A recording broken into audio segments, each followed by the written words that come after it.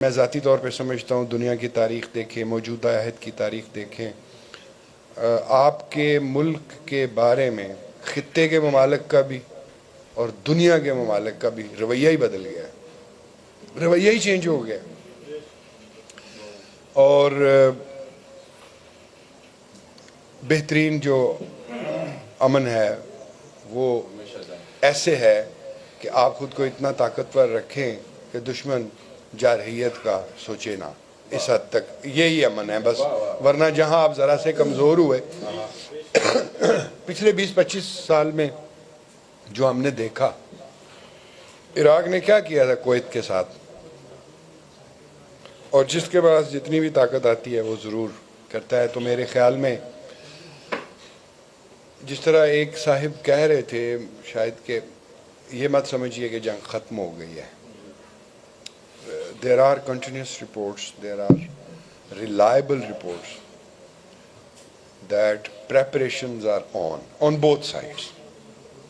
preparation ادھر بھی تیاری ہو رہی ہے، ادھر بھی تیاری ہو رہی ہے، اپنی اپنی کمیوں کمزوریوں کو جانچا جا رہا ہے، اور یہ جو ایک بہت اچھا تجربہ ہاتھ آیا ہے اس کے فوائد حاصل کرنے کی کوشش ہو رہی ہے۔ خدا نہ کرے کہ وہ وقت آئے، جنگ اچھی چیز نہیں ہوتی، لیکن بات وہی ہے کہ تیار رہنا اور تیاری کرتے رہنا، میرا خیال ہے کہ وہ ہمارے دفاع کے لیے اور ہماری بقا کے لیے اور ہماری وفا کے لیے یہ بہت ضروری ہے۔ 2-3 لفظ میں نیوکلیئر ڈیٹرنس کے بارے میں ضرور کہوں گا کہ ہم امن پسند لوگ کچھ ایسے، بلوچستان میں میں تھا تو وہاں چاغی کا جو راسکو ہے جہاں پر یہ دھماکہ ہوا تو وہاں کے لوگ بھی اتنے خوش نہیں تھے، اور ہم میں سے بھی کئی ہوں گے، پتہ نہیں ہمیں دھماکہ کرنا چاہیے تھا کہ نہیں۔ پاکستان وہ واحد ایٹمی ملک ہے جس نے نو فرسٹ یوز کا معاہدہ سائن نہیں کیا، باقی تمام ایٹمی طاقتوں نے، جتنی بھی دنیا میں ایٹمی طاقتیں ہیں، سب نے یہ معاہدہ سائن کیا ہوا ہے کہ ہم ایٹمی ہتھیار پہلے استعمال نہیں کریں گے۔ پاکستان نے نہیں کیا، بھئی یہ پاکستان کی بقا کا مسئلہ ہے۔ نیوکلیئر ڈیٹرنس رکھنا، اور میں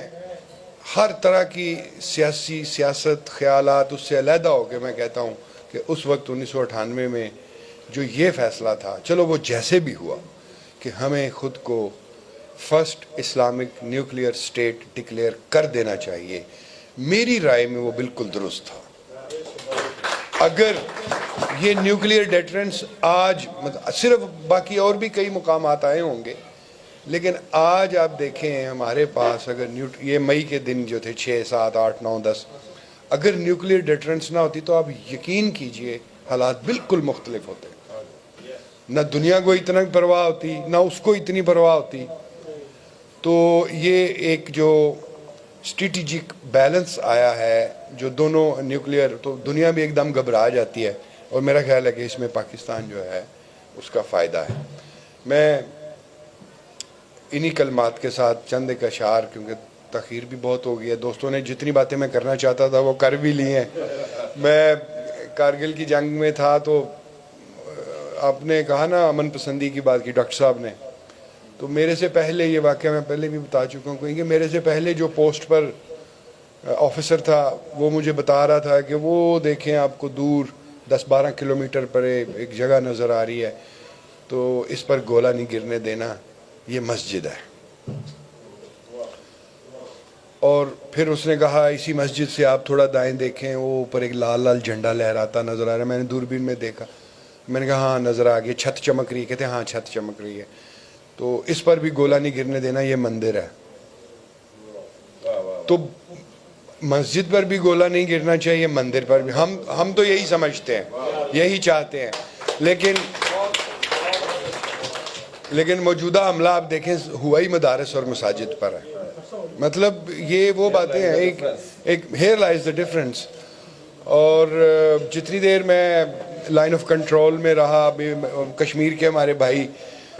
آپ ضلع باغ سے ہیں، میں وہاں ڈلی اور رضا کیمپ اور آگے جو فارورڈ کہوٹا ہے، حاجی پیر کا سارا ایریا، وہاں بھی رہا، چکوٹھی اور چناری میں رہا، اور جو زیادہ وقت میں نے گزارا کچھ کھوئی رٹا میں گزارا،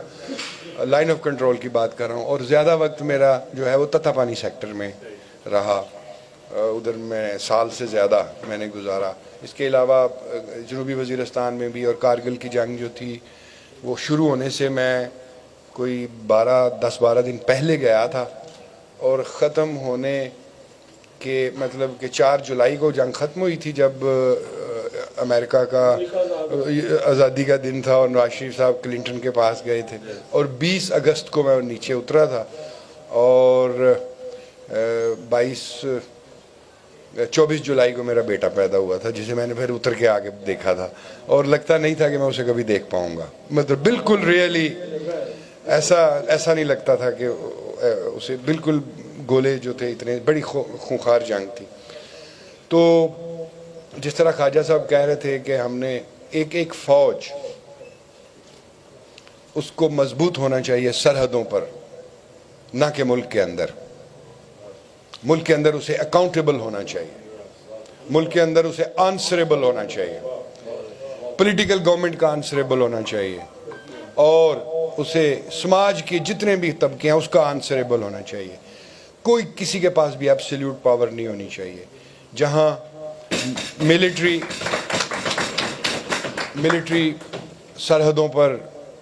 دفاع کے لیے جائے, مورچے کھودے, اپنا کام, اس میں قوم کا بچہ میرے سمیت سب, میں ایک ریٹائرڈ آفیسر ہوں, سب اس کے ساتھ ہیں. لیکن جہاں اپنے کام سے ہٹ کر دوسرے کام, یا پھر پاور اختیار اس کو, یا پھر یہ جنگ جیسے ہو گئی جیت لی, اب اس کو ایک پولیٹیکل ایکٹیویٹی تو نہ بنایا جائے. یہ جو مثال کے طور پر ایک اس کو بلو اپ کر کے دیکھنا اور اس کو ایک پولیٹیکل رنگ دینا, نہیں. آپ دفاع پہ ہیں, دفاع پہ ہم سب, پوری قوم آپ کے ساتھ.